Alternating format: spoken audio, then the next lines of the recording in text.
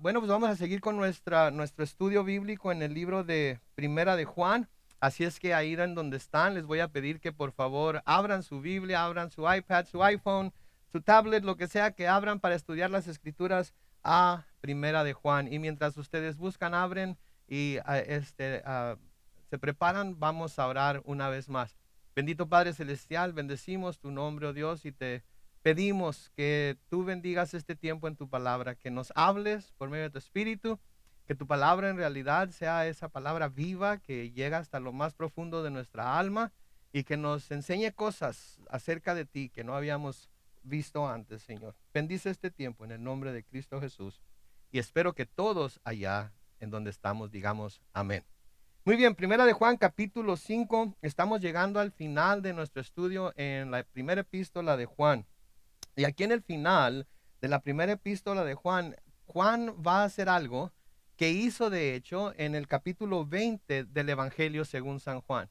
Y es que quiere que los cristianos a quienes este mensaje les está llegando puedan saber la razón principal por la que les está escribiendo todas las cosas que les está escribiendo.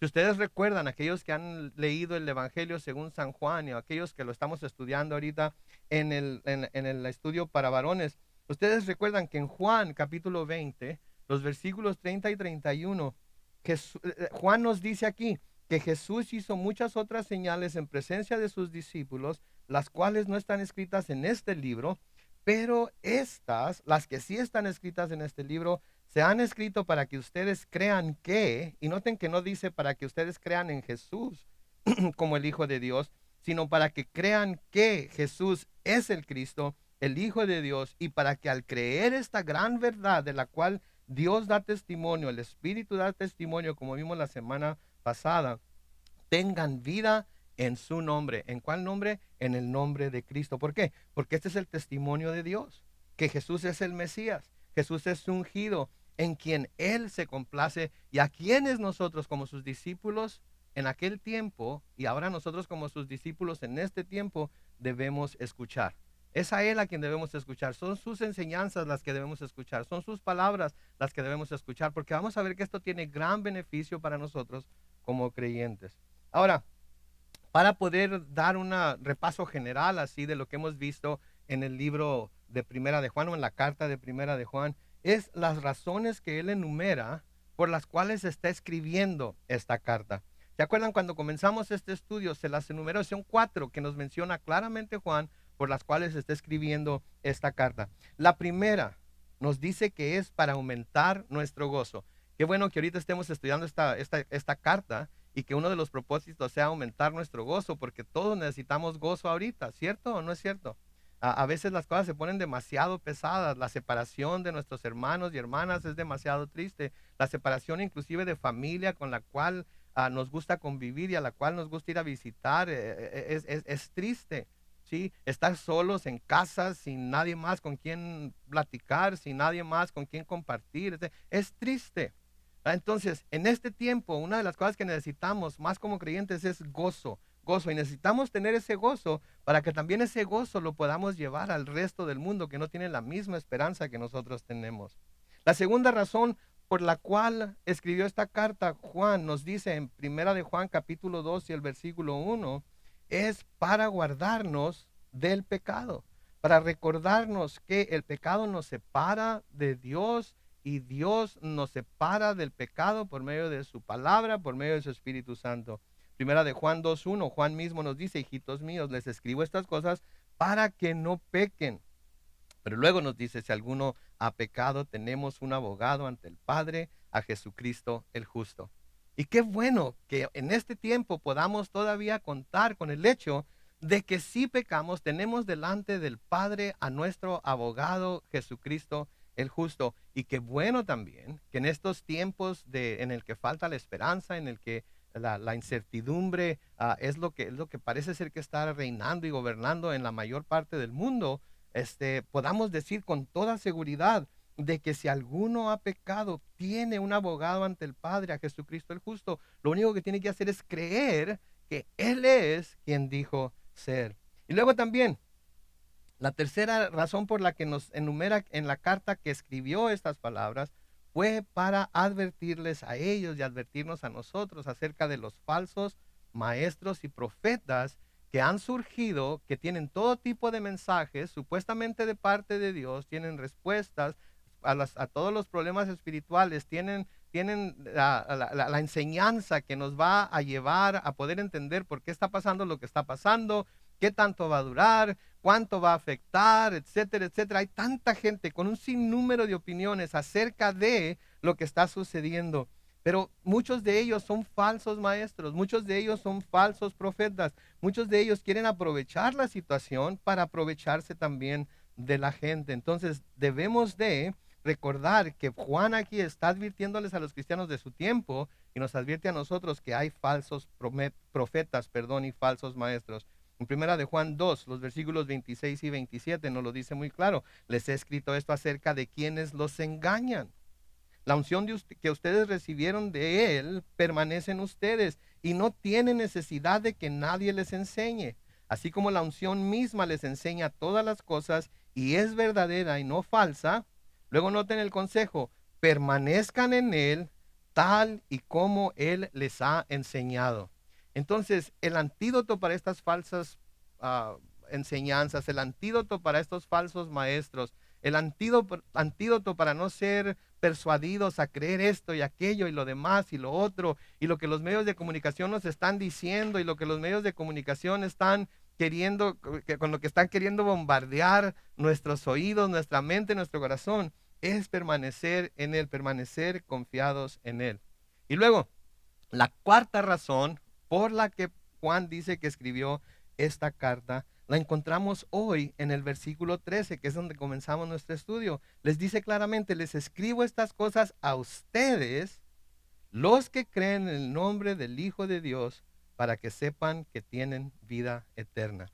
Noten, estas cosas han sido escritas para quienes creen en el nombre del Hijo de Dios. Aunque son universales y todo el mundo puede escucharlas y puede leerlas y puede de alguna manera recibirlas. De todas maneras, estas cosas que se han escrito son específicamente para aquellos que han creído en el nombre del Hijo de Dios, que es Jesús. No son para todo el mundo. ¿Por qué? Porque todo el mundo no las va a recibir como Dios ha intencionado que sean recibidas. Los únicos que las van a recibir como Dios ha intencionado que se reciban estas palabras son aquellos que lo conocen a Él por medio de Jesucristo. Porque debemos recordar lo que el mismo apóstol Juan nos dice en el Evangelio según San Juan, capítulo 1 y el versículo 10, que la palabra o el verbo, dice la versión Reina Valera 60, que es Jesús, estaba en el mundo y la palabra, y por la palabra el mundo fue hecho, pero el mundo no la conoció. Entonces, el mundo no puede conocer a Cristo si no cree que Cristo es quien dijo ser. Puede tener información acerca de Cristo, puede tener mucho conocimiento acerca de lo que la Biblia dice de Cristo, lo que los libros extrabíblicos dicen de Cristo. Pueden conocer la historia de Cristo inclusive, pero si no han creído que Él es quien dijo ser, entonces no lo conocen tal y como nosotros, que lo hemos recibido y que lo hemos reconocido por lo que Él dice que es, lo conocemos.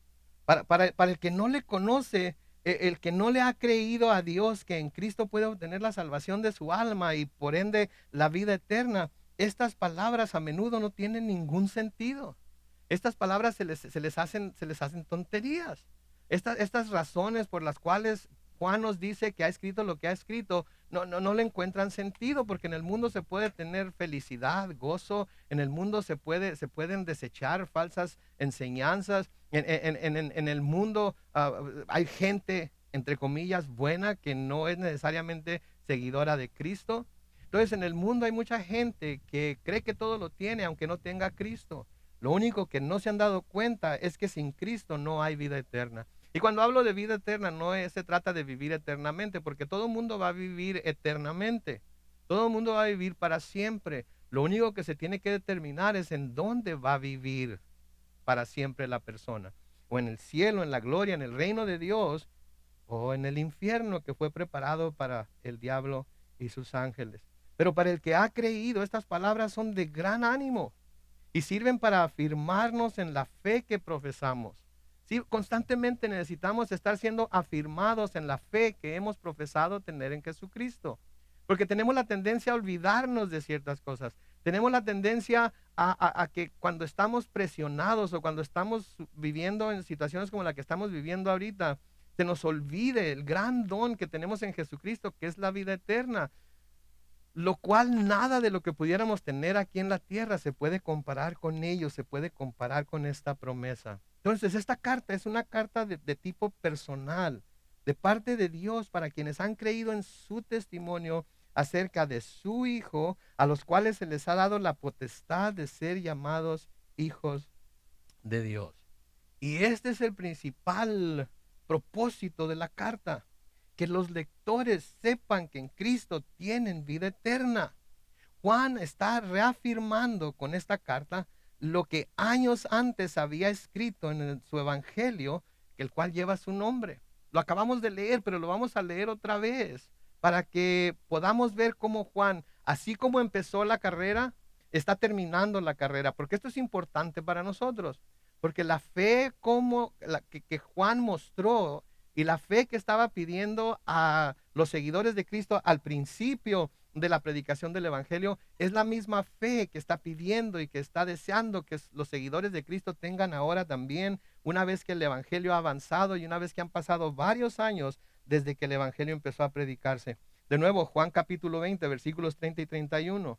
Jesús hizo muchas otras señales en presencia de sus discípulos, las cuales no están escritas en este libro, pero estas se han escrito para que ustedes crean que Jesús es el Cristo, el Hijo de Dios, y para que al creer tengan vida en su nombre.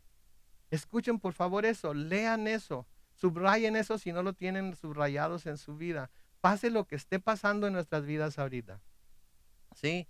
Con esto del coronavirus y la gente que está siendo infectada y todas las malas noticias que los medios de comunicación nos dan y las horas de trabajo que han menguado y las personas que han perdido su trabajo. En medio de todo ello, que algunas de estas cosas pueden ser muy, muy trágicas, como cristianos debemos recordar que en Cristo tenemos vida eterna y que Él no nos va a dejar ni nos va a desamparar, que Él siempre va a estar a nuestro lado. Sí, nos preocupamos, pero a veces nos preocupamos antes de tener que preocuparnos. Sí, mi papá me decía, no te pongas el guarache antes de espinarte, ¿verdad? En otras palabras, vamos a esperar a que cada día que pase el Señor nos vaya revelando cuál es el siguiente paso que debemos dar, pero nunca olvidando que en Cristo tenemos vida eterna. ¿Por qué? Porque, ¿sí? Todas las escrituras, si las leemos de principio a fin, están diseñadas en su totalidad, valga la redundancia, para mostrarnos que esto es el caso. Desde que Adán y Eva pecaron en el huerto, ¿sí? La promesa fue que iba a venir alguien que iba a herir a Satanás en la cabeza e iba a cambiar, deshacer la obra que Satanás había hecho, que fue que introducir el pecado al hombre, y cuando el hombre cayó, introdujo por medio del pecado que la muerte. Y ahora viene Jesús y promete que en su nombre podemos tener vida eterna, ¿sí? Y de nuevo, este es el propósito de la totalidad de las escrituras. Por ejemplo, escuchen, lean, ahorita o después si quieren, en Romanos capítulo 15 y el versículo 4, noten lo que Pablo les dice allá a los romanos. Las cosas que se escribieron antes, se escribieron para nuestra enseñanza, a fin de que tengamos esperanza por medio de la paciencia y la consolación de las escrituras. Mis hermanos, una de las cosas que tenemos que estar haciendo continuamente ahorita que tenemos tanto tiempo en nuestras manos es estar escudriñando las escrituras, es estar leyendo las escrituras, es buscar consuelo en las escrituras, es buscar dirección en las escrituras, es buscar consejo por medio de las escrituras, pidiéndole al Espíritu Santo que constantemente nos esté recordando todas las palabras de Jesús para que nos sintamos seguros aún en medio de la incertidumbre. Entonces, noten, a fin de que tengamos esperanza por medio de la paciencia y la consolación de las escrituras. ¿Se fijan que dice a fin de que tengamos esperanza? Necesitamos la esperanza. Necesitamos tener esperanza. lo que nunca debemos perder es la esperanza de que mañana las cosas van a cambiar. Por ejemplo, hoy leí en el periódico The Hill, ¿sí?, que en el mundo entero para el 18 de marzo había 205,000 personas infectadas con el coronavirus. 205,000. ¿Saben cuántas personas han sanado del coronavirus hasta esa fecha? 82,000. O sea que un 40% de las personas que han contraído el coronavirus han sanado. Eso no quiere decir que el otro 60% vaya a morir. Eso quiere decir que hay gran esperanza, aun cuando este coronavirus es tan serio y aun cuando está afectando tantas personas. De todas maneras, hay esperanza, porque lo que también leí fue que los síntomas o las aflicciones que este coronavirus trae, para la mayoría de la gente que lo contrae, son muy leves. ¿Qué estoy diciendo? Ok, entonces vámonos a contagiarnos con el coronavirus. Para nada. Lo que estoy diciendo es que en medio de toda la incertidumbre, en medio de todo lo malo que recibimos, en medio de todas las cuarentenas que se están haciendo, en medio de todo ello, hay esperanza. Y para el cristiano, la esperanza no está puesta en los científicos, si van a encontrar vacunas o no, curas o no, si van a encontrar la forma de acabar con este virus o no. La esperanza está en Cristo Jesús, que puede acabar con este virus de la misma manera que acabó con el virus que afecta a toda la humanidad, por la cual el 100% de la humanidad ahora va a morir, que es el virus del pecado. Y si esta verdad, esta esperanza, esta fe, el conocimiento de que en Él tenemos vida eterna, está firme en nuestro corazón, entonces es esta verdad lo que nos da la confianza que necesitamos para poder seguir adelante en nuestro caminar por este mundo, durante este tiempo de cuarentena y después de este tiempo de cuarentena también. Y cuando termine este tiempo de cuarentena, vamos a ver en realidad, nos vamos a ver en realidad dado cuenta de lo que verdaderamente es importante en la vida, ¿sí? De lo que verdaderamente es importante para nosotros como individuos, como cristianos, como la iglesia, como seguidores de Cristo, como aquellos que quieren complacer a Dios en todo por agradecimiento a la gran obra que Él hizo por medio de Jesucristo y que sigue haciendo en y a través de nuestras vidas. Y tenemos también la confianza que necesitamos para creer lo que sigue. Si noten ahí en el versículo 14 de Primera de Juan 5, y esta es la confianza que tenemos en Él. Si pedimos algo según su voluntad, Él nos oye. Entonces, si tenemos la confianza en la vida eterna, entonces podemos tener la confianza de que si pedimos algo según su voluntad, Él nos oye. Noten, Él nos oye. No nos dice necesariamente que nos lo va a dar, pero nos dice que Él nos oye. Y luego también vean la condición que se da aquí. Tenemos la confianza de que si pedimos algo según su voluntad, nos oye. Ahora esto me hizo hacerme una pregunta yo mismo. Y me pregunté a mí mismo, si pedimos algo según su voluntad, podemos estar seguros que Él nos oye. ¿Quiere decir que si pedimos algo que no sea su voluntad, no nos oye? ¿Ustedes qué piensan? Esa va a ser una de las tareas de esta semana, ¿ok? Recuerden, si pedimos algo según su voluntad, entonces sabemos que Él nos oye. Pero si pedimos algo que no sea su voluntad, ¿nos oye de todas formas? ¿Qué piensan ustedes? Si tienen una respuesta, por favor envíela ahorita por Facebook y díganos cuál es qué es lo que usted piensa. Y luego lo podemos platicar después. Pero si lo primero es cierto, entonces lo segundo también tiene que ser cierto. Porque a menudo Dios es presentado como un Dios que nunca le niega nada a sus hijos. Que todo lo que sus hijos le piden en el nombre de Jesús, todo se los va a dar.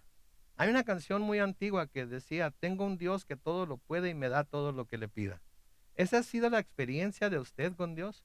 Todo lo que le ha pedido, Dios le ha dado, sin ni una sola cosa que le haya dicho no o espérate. Si usted en realidad está siguiendo al Dios verdadero de la Biblia, ha habido cosas en las que Dios le ha dicho no. Es la verdad de las cosas, ¿sí? Porque Dios no es ese Dios que todo lo da cuando los hijos lo piden, ¿sí? Dios es un Dios que es un padre, sí, pero es un padre que nosotros en términos terrenales consideraríamos, es un padre que ama a sus hijos y a veces por amor a ellos tiene que decir que no a sus peticiones por el bien de ellos mismos. A veces Dios nos dice que no por nuestro bien. Nosotros no pensamos que es por nuestro bien. Nosotros quisiéramos que todo lo que le pedimos a Dios siempre nos dijera, sí, sí, ahí te va, aquí lo tienes, no te preocupes, que lo oráramos en la noche y que en la mañana amaneciera en nuestra recámara, en nuestro garage, en nuestra sala, etcétera, etcétera. Pero Dios no es así. Dios ama a sus hijos y a veces tiene que decir que no a sus peticiones por el bien de sus hijos.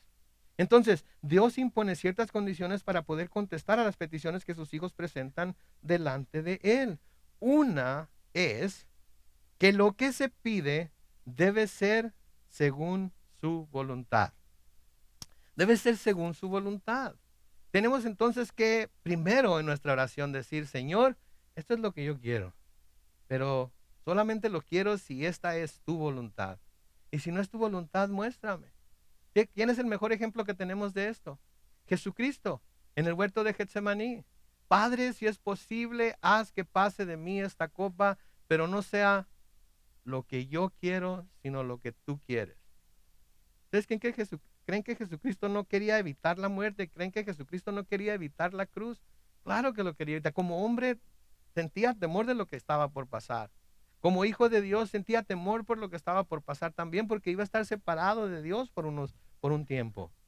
Pero aún así, sabiendo por lo que iba a tener que pasar, su petición, su oración fue que se hiciera la voluntad del Padre y no la de Él. Entonces, eso es lo más importante. Ese es el requisito más importante, pudiéramos decir. Esa es la condición más importante, ¿sí? Que podemos ver. Que debemos de pedir según la voluntad de Dios. Número 2, debemos de pedir también permaneciendo en Él y en sus enseñanzas. Permaneciendo en Él y en sus enseñanzas. Porque lo que voy a leer ahorita nos dice que si no permanecemos en Él y en sus enseñanzas, entonces no se nos va a dar lo que estamos pidiendo. En Juan capítulo 15 y el versículo 7, el Señor Jesucristo hablando dice, si permanecen en mí y mis palabras permanecen en ustedes, pidan todo lo que quieran y se les concederá.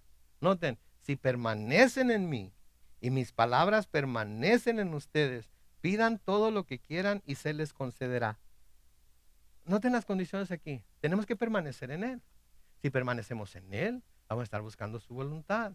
Si permanecemos en Él y buscamos su voluntad, vamos a ver que su voluntad está escrita y se nos revela a través de su palabra.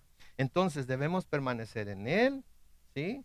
Y sus palabras deben de permanecer en nosotros, ¿sí? Y entonces podremos pedir lo que queramos y se nos concederá. Pero es muy importante, sus palabras deben permanecer en nosotros. ¿Y cómo pueden permanecer sus palabras en nosotros? Primero deben ser puestas en nosotros. Primero deben ser puestas en nosotros. Y la única manera que esas palabras pueden ser puestas en nosotros es si constantemente abrimos las escrituras y las leemos y las escudriñamos para encontrar la perfecta voluntad de Dios. ¿Sí? Entonces debemos pedir según su voluntad y debemos permanecer en Él, ¿sí? Y sus palabras deben de permanecer en nosotros. Y cuando esas condiciones se cumplen, entonces podemos pedir lo que queramos y se nos concederá. Ahora, Juan ya había hablado acerca de tener confianza en que Dios escucha las oraciones de sus hijos. Ustedes se acuerdan cuando estudiamos en el capítulo 3 de Primera de Juan. En Primera de Juan, capítulo 3, los versículos 21 y 22, nos dicen ahí muy claramente, amados, si nuestro corazón no nos reprende, confianza tenemos en Dios. Noten el versículo 22, y recibiremos de Él todo lo que pidamos. ¿Pero por qué? ¿Nada más porque lo pedimos? No, porque obedecemos sus mandamientos y hacemos las cosas que les son agradables. Entonces, tenemos todo lo que pidamos porque obedecemos sus mandamientos y Dios no nos da lo que pedimos como premio por obedecer sus mandamientos, ¿sí? Porque el premio que podemos esperar todos de Dios es la vida eterna, como hemos estado hablando, sino que nos da lo que pedimos porque si obedecemos sus mandamientos no vamos a pedir nada fuera de su voluntad. Todo lo vamos a pedir dentro de su voluntad, buscando su voluntad y pidiendo que nos muestre si lo que estamos pidiendo es su voluntad. Y luego noten que dice la segunda parte ahí, y hacemos las cosas que le son agradables, que son que buscar su rostro, buscar su voluntad, buscar lo que Él quiere, porque lo que Él quiere es mucho mejor de lo que nosotros pudiéramos imaginarnos. Pero surge la pregunta otra vez, esta es otra pregunta y esta es la segunda pregunta de la tarea para esta semana. ¿Cómo saber si lo que estoy pidiendo es la voluntad de Dios? ¿Cómo saber si lo que estoy pidiendo es la voluntad de Dios? Bueno, ya vimos parte de ello. Tenemos que conocer las escrituras, tenemos que escudriñarlas, tenemos que pedirle al Señor que nos lo revele. Pero aun cuando no sepamos si es la voluntad de Dios o no, eso no quiere decir que no debemos pedirlo. Lo podemos pedir, lo pedimos todo en el nombre de Cristo, pedimos que se hagan milagros en el nombre de Cristo, pedimos que se hagan sanidades en el nombre de Cristo, pedimos que se suplan necesidades en el nombre de Cristo. No tenemos que tener temor de pedir, ¿sí? Pero tenemos que aceptar cuando el Señor dice que no, porque no es su voluntad. Pero no debemos de dejar de pedir solamente porque no sabemos si lo que estamos pidiendo pudiera o no ser la voluntad de Dios. Y aún en esto tenemos ayuda de parte de Dios para saber qué pedir y cómo pedir. Pablo les escribe a los romanos en Romanos 8, 26 y 27. Noten, dice, de igual manera, el Espíritu nos ayuda en nuestra debilidad, pues no sabemos qué nos conviene pedir, pero el Espíritu mismo intercede por nosotros con gemidos indecibles. Pero el que examina los corazones sabe cuál es la intención del Espíritu, porque, noten esta última parte, subrayenla, intercede por los santos conforme a la voluntad de Dios. Entonces, tenemos al Padre que nos escucha. Tenemos al Espíritu que intercede por nosotros, aun cuando no sabemos cómo o qué pedir. Y tenemos al Hijo intercediendo por nosotros. Entonces, ¿qué hay que debemos tener temor de pedir? Absolutamente nada. Podemos pedirlo todo, pero tenemos que permitir que Dios sea Dios y que Él decida qué es lo que nos va a conceder. Y algo que nunca se nos debe olvidar cuando pensamos en pedir de acuerdo a la voluntad de Dios o en lo que pudiera ser la voluntad de Dios para nosotros en las diferentes situaciones por las que pasamos en la vida. Porque a menudo tenemos temor de decirle al Señor, Señor, no se haga mi voluntad sino la tuya. A veces eso nos asusta, a veces eso nos hace sentirnos así como que, no, porque qué tal, no le puedo pedir eso porque qué tal si su voluntad va en contra de lo que yo estoy pidiendo, entonces le estoy diciendo que no me lo dé. No se preocupe, no debemos preocuparnos por esas cosas. ¿Por qué? Porque por lo que el profeta Isaías escribió en Isaías 55, versículos 8 y 9. Noten, el Señor ha dicho, mis pensamientos no son los pensamientos de ustedes, ni son sus caminos mis caminos. Así como los cielos son más altos que la tierra, también mis caminos y mis pensamientos son más altos que los caminos y pensamientos de ustedes. Entonces, sus caminos, sus pensamientos van mucho más allá de lo que nosotros pudiéramos imaginarnos, creer o pedir. Debemos entonces de confiar en Él, de que Él sabe lo que es mejor, de que Él sabe lo que nos conviene, de que Él sabe lo que no nos conviene. Y cuando nos dice que no es por nuestro bien. Ahora, los siguientes versículos de Primera de Juan 15, ¿sí? Nos habla de ciertas cosas que como creyentes ya sabemos. Como creyentes ya lo sabemos, ya no hay duda de ello, o cuando menos no debe haber duda en ello, ¿sí? Noten cuántas veces Juan en los próximos versículos usa la palabra sabemos. Versículo 15, y si sabemos que Él nos oye en cualquiera cosa que pidamos, también sabemos que tenemos las peticiones que le hayamos hecho. Noten por favor eso. Y si sabemos que Él nos oye, número 1, y en cualquier cosa que pidamos también sabemos, número 2, que tenemos las peticiones que le hayamos hecho. Entonces, qué bárbaro. Aquí parece como que se está contradiciendo, ¿verdad? Pidan según su voluntad. Pero sabemos que si nos oye, entonces tenemos lo que le hayamos pedido. ¿Cómo interpretar esto? ¿Cómo pensar en esto? ¿Cómo podemos ilustrar esto? Ok, hay una manera muy sencilla de ilustrarlo, ¿ok? Estoy seguro que todos han ido a algún restaurante a comer. ¿Pueden pedir lo que quieran en el restaurante? Lo que quieran. No importa qué quieran. ¿Sí? No, no. Tienen que pedir únicamente de lo que está en el menú. Si van a un restaurante de mariscos en donde la especialidad no es el mole y quieren mole, ¿les van a dar mole? No. No, les van a decir, mire, señor, señora, mire, tenemos todos esto, tenemos ceviche, tenemos cócteles de camarón, cóctel de almeja, tenemos callo de hacha, tenemos siete mares, tenemos... Concéntrese en lo que está en el menú, ¿sí? Concéntrese en lo que está en el menú. Entonces, no está contradiciendo nada de lo que ya dijo. Tiene que ser conforme a la voluntad de Dios, ¿sí? Recuerdo una vez que fuimos a Puebla con un tío mío en México. Fuimos a Puebla y de regreso llegamos a uno de esos puestecitos que están por el camino, si ustedes conocen allá y más en aquel tiempo cuando fuimos. Hay puestecitos en la carretera de México a Puebla en donde uno se puede detener a comer. Y me acuerdo mucho del mole, pollo en mole. Yo creo por eso me encanta el mole. Me gusta muchísimo el mole y me gusta más como lo hacía mi esposa. Pero me encanta el mole. Y lo sirvieron con arroz y frijoles negros. ¿Han comido los frijoles negros? Cosa más linda, caballero. ¿Ok? Y mi tío quería una soda jarritos. ¿Se acuerdan de los jarritos? Como no, qué bárbaro. ¿Ah? Quería una soda jarritos, pero la quería de cierto sabor, ¿sí? Y cuando la pidió al mesero le dijo, lo sentimos mucho, pero no tenemos ni jarritos ni de esa soda. Tenemos Coca-Cola, Pepsi, Victoria, Fanta, etcétera, etcétera.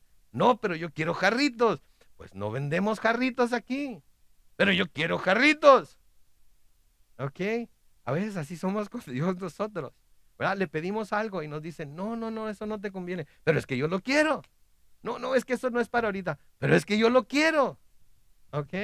Mi tío llegó a decirle al dueño del restaurante, cuando finalmente el dueño tuvo que venir a decirle que no vendían jarritos, pues mande a su hijo a otro lugar para que compre unos jarritos y nos lo traiga. No, pues ¿qué onda, hijo? Le dijo el dueño del restaurante, ¿verdad? No, no, no, no, no, no, si mi hijo no es tu mandadero. Pues entonces nos vamos. Ah, váyase. Entonces váyase. ¿Sabe qué? No hagamos que Dios nos diga eso, ¿ok? Si nos dice que no hay, no hay. No va a ser por hacernos un mal, no va a ser porque no nos ama, es porque a lo mejor es para nuestro bien. Ahora, yo no sé por qué mi tío estaba empeñado en tomar jarritos. Yo nunca he tomado jarritos. ¿Ok? Pero, en fin, eso era lo que él quería. Pero no lo recibió. Por más que lo quiso, no lo recibió. ¿Ok? Y no creo que haya tenido nada de malo tomar jarritos, ¿sí? Pero simplemente lo que estoy tratando de ilustrar es que podemos pedir lo que queramos dentro de la voluntad de Dios. ¿Sí? Y créanme, la voluntad de Dios abarca muchísimas cosas que nosotros no nos podemos ni imaginar siquiera. Entonces, así como en el ejemplo del restaurante, podemos estar seguros de que todo lo que pedimos nos será dado si lo que pedimos es según su voluntad. Y si sabemos que tenemos las peticiones que le hayamos hecho, una de las peticiones más importantes que podemos hacer y estamos convencidos o podemos estar convencidos de que siempre será la voluntad de Dios es las oraciones intercesoras por nuestros hermanos. Es las oraciones intercesoras por nuestros hermanos. ¿Sí? Noten el versículo 16 de primera de Juan 5. Si alguno ve que su hermano está cometiendo un pecado que no sea de muerte, debe pedir por él y Dios le dará vida. Esto vale para los que cometen un pecado que no sea de muerte. Hay pecados de muerte y yo no digo que se pida por ellos. Este es otro de esos versículos que, ay Señor, ¿para qué lo pusiste ahí? ¿Verdad? Pecados de muerte o pecados que no son de muerte. ¿Sí? Oren por los pecados que no son de muerte, pero no pido que oren por los pecados de muerte. ¿Qué quiere decir? ¿Verdad? La iglesia tradicional creo que diferencia entre pecados mortales y pecados veniales, ¿verdad? Creo que así se les llaman, ¿sí o no? Los que vienen de la iglesia tradicional en México, ¿sí? Aquí ninguno de nosotros sabemos aquí porque todos hemos sido protestantes toda nuestra vida.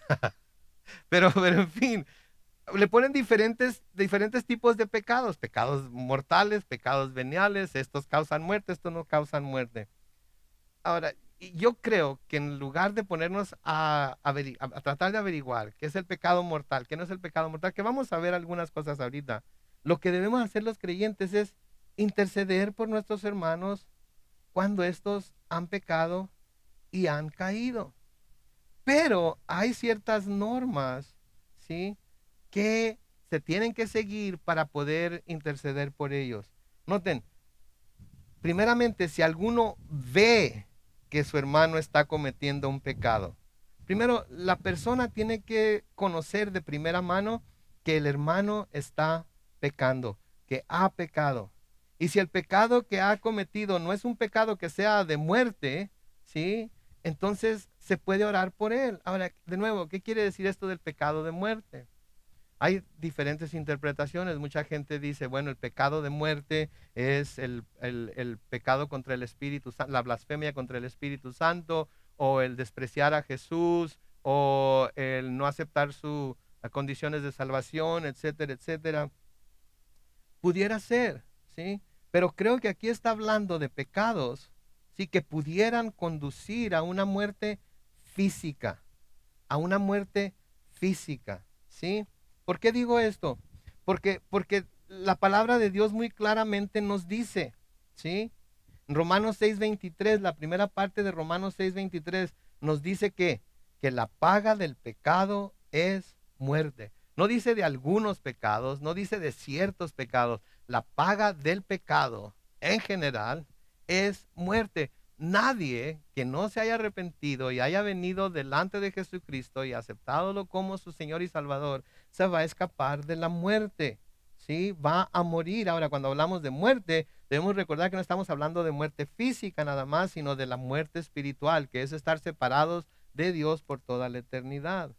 Pero si alguien ha pecado y ese pecado pudiera resultar en consecuencias serias en las cuales pudiera morir, ¿sí? Físicamente, y pide que se ore por él o ella, podemos estar seguros de que Dios nos oye y dará vida al pecador arrepentido. Recuerden la segunda parte de Romanos 6:23. Pero la dádiva de Dios es que vida eterna en Cristo Jesús nuestro Señor. Entonces la paga del pecado es muerte, pero la dádiva de Dios es vida. Y sí, hay pecados que pudieran llevar a la muerte física a las personas. Sí, hay pecados que pueden causar enfermedades muy serias. Hay pecados que pueden causar que la persona se enferme y finalmente termine muriéndose. Sí, el exceso de alcohol, el exceso de drogas, el usar nuestro cuerpo, que es el templo de Dios, para no cuidándolo como tal. ¿Sí? Ustedes recuerdan en el Evangelio según San Juan, en el capítulo 5 se nos habla de un paralítico que estaba en Bethesda, ¿se acuerdan? Bethesda era como un pozo, una alberca o algo así, en donde supuestamente un ángel descendía y movía las aguas, y cuando uno de los enfermos que estaban ahí, el que se metía primero a las aguas, era sanado. Sí, el Señor Jesús iba pasando por ahí, por el estanque, se llamaba, de Bethesda, y miró a un hombre que estaba enfermo, un paralítico que había estado enfermo por 38 años. O sea, porque nos da la edad, quiere decir que, o porque nos da el tiempo que había estado enfermo, quiere decir que probablemente no nació paralítico, sino que su parálisis era el producto de algo que había hecho. Su enfermedad era el producto de algo que había hecho. ¿Sí? Fue como resultado de algún pecado que cometió. No que las enfermedades sean castigos por el pecado, tampoco estoy diciendo esto. En este caso, parece ser que así fue. Y creo que mayor evidencia de esto es lo que Jesús le dice después de que lo sana, porque llega Jesús con él y le dice, ¿quieres ser sanado? Y él le dice, sí, Señor, pero cuando el ángel viene y mueve las aguas, porque yo estoy paralítico y no tengo quien me ayude a meterme al agua, otro se mete antes que yo y él es sanado y yo sigo aquí. ¿Y el Señor qué le dice? Levántate, toma tu lecho y anda. ¿Sí? Y él, por la palabra del Señor, se levanta, toma su lecho y anda. Anda caminando por Jerusalén y resulta que el día en el que fue sanado fue el día de reposo. Y lo ven los fariseos y los principales. Y le dicen que no sabes que es el día del reposo y que no debes andar cargando con tu cama o algo así parecido. ¿Quién te dijo que, dice, pues el que me sanó me dijo que levantara mi cama y me fuera? ¿Y quién te sanó? No, pues la verdad es que no sé. Y se nos dice que porque Jesús se escondió entre la gente después de haberlo sanado. Pero más adelante, ¿sí? Jesús encuentra a este hombre de nuevo. Y noten lo que pasa. Después, Jesús lo encontró, dice en el versículo 14 del Evangelio según San Juan. Después Jesús lo encontró en el templo y le dijo, como puedes ver, has sido sanado. Así que no peques más para que no te sobrevenga algo peor. A menudo nuestros pecados pueden traer consecuencias físicas. A menudo nuestros pecados pudieran hasta traer consecuencias de muerte para los que los cometen. Entonces, cuando habla de pecados de muerte, muy bien podría haber estado hablando de uno de estos pecados. Sí, pero cuando la persona peca y pide que sus hermanos oren por él, intercedan por él delante del Señor, entonces podemos estar seguros de que el Señor escucha. El Señor oye, escucha las oraciones de los santos, porque el Señor quiere salvar al pecador, quiere darle vida al pecador arrepentido. ¿Sí? En Santiago se nos dice lo siguiente. Santiago capítulo 5, los versículos 14 al 16. ¿Hay entre ustedes algún enfermo? Que se llame a los ancianos de la iglesia, para que oren por él y lo unjan con aceite en el nombre del Señor. Versículo 15. La oración de fe sanará al enfermo y el Señor lo levantará de su lecho. Noten, si acaso ha pecado, sus pecados le serán perdonados.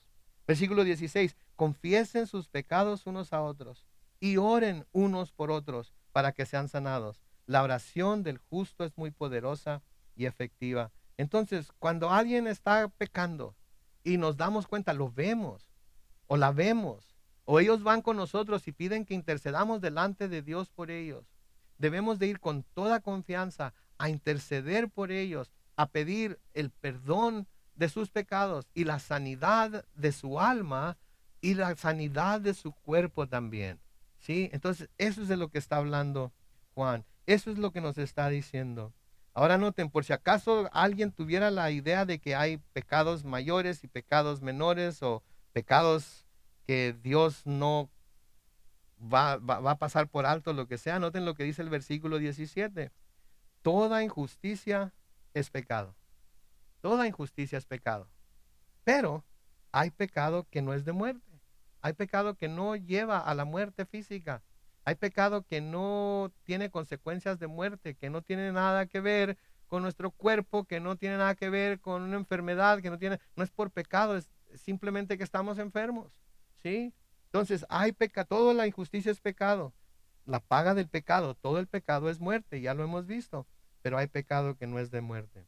Versículo 18 dice, por tercera vez, sabemos. Sabemos. Esto no es algo que, no es una hipótesis, no es algo que piense, que se pueda pensar que a veces es verdad y a veces no es verdad. Sabemos que todo aquel que ha nacido de Dios no peca. Eso es lo que dice su Biblia ahí en el versículo 18 de Primera de Juan 5. Los que la tienen abierta o la están leyendo en su teléfono o en su iPad. No, no está diciendo que todo aquel que ha nacido de Dios no peca. Dice, todo aquel que ha nacido de Dios no practica el pecado. ¿Qué quiere decir? Que no hace del pecado un hábito, ¿sí? No hace del pecado una práctica constante de él. Sí peca, se arrepiente, vuelve a Dios, es perdonado, es sanado, es justificado, etcétera, pero no practica el pecado, no vive en una vida practicando el pecado, no es costumbre pecar, cae por la misma razón que todos caemos, porque somos seres humanos y somos débiles, pero no practica el pecado. Pues aquel, sigue diciendo en el versículo 18, que fue engendrado por Dios lo protege y el maligno no lo toca. Aquel que fue engendrado por Dios lo protege y el maligno no lo toca. ¿Qué está diciendo aquí? ¿Quién fue engendrado por Dios? Aquellos que han creído que Cristo, que Jesús es el Cristo, es el Hijo de Dios. Fuimos engendrados por la voluntad de Dios, no por voluntad de hombre. Y porque somos sus hijos, Él nos protege y el maligno no nos toca. Versículo 19, por cuarta vez dice, sabemos que somos de Dios y que el mundo entero está bajo el maligno. Nosotros sabemos que somos de Dios, no tenemos duda de quién es nuestro dueño, no tenemos duda de quién es nuestro Padre, no tenemos duda de que podemos ir con Él, ¿sí? Siempre que lo necesitemos y Él estará ahí para ayudarnos, para guardarnos de los ataques del maligno, ¿sí? Sabemos que somos de Dios y que el mundo entero está bajo el maligno, dice el versículo 19. Versículo 20, pero también sabemos, quinta vez que usa la palabra sabemos, que el Hijo de Dios ha venido y nos ha dado entendimiento para conocer al que es verdadero. El Hijo de Dios ha venido y nos ha dado entendimiento para conocer al que es verdadero. Y estamos en el verdadero, en su Hijo Jesucristo. Esta última parte del versículo 20, importantísima. Este es el verdadero Dios y la vida eterna. ¿Quién es el verdadero Dios? Jesucristo.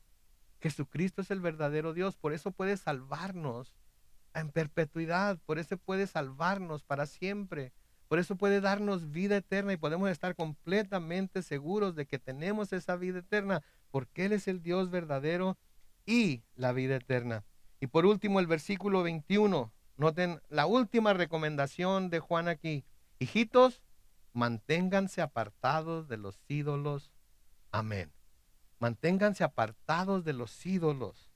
Amén. Y los ídolos aquí se pueden referir a los ídolos literalmente que había en aquellos tiempos, a los cuales se les sacrificaba alimentos y les está aconsejando que se mantengan alejados de esos ídolos. Puede ser las falsas ideas y las falsas enseñanzas en contraste con la verdad de Dios que fue manifestada en Jesucristo, o las doctrinas o los falsos maestros, pero les está aconsejando que se mantengan apartados de los ídolos. ¿Saben que una de las cosas que esto del coronavirus ha causado es que mucha gente ha tenido que apartarse de sus ídolos? Sus ídolos eran el deporte. ¿Y ahora qué deportes hay en la televisión? ¿Sí? Sus ídolos eran los juegos de básquetbol entre los Lakers de Los Ángeles y los Celtics de Boston, quizás. ¿Y ahora cuáles juegos de básquetbol hay en la televisión? Sus ídolos eran las Chivas o el América. ¿Y ahora cuántos juegos vemos en la televisión? ¿Sí? Ahora ya no hay razón para ver la televisión. ¿Sí? Para esas personas.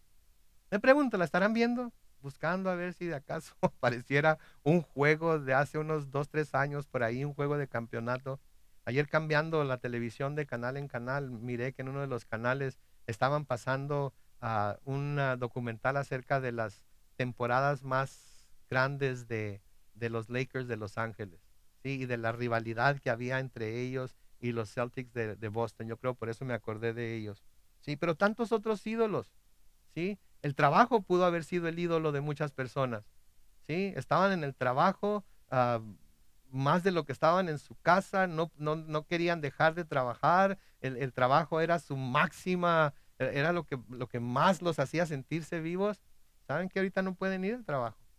Ahorita tienen que estar en casa con la familia, tienen que estar en casa con el cónyuge, tienen que estar en casa con los hijos, ¿sí?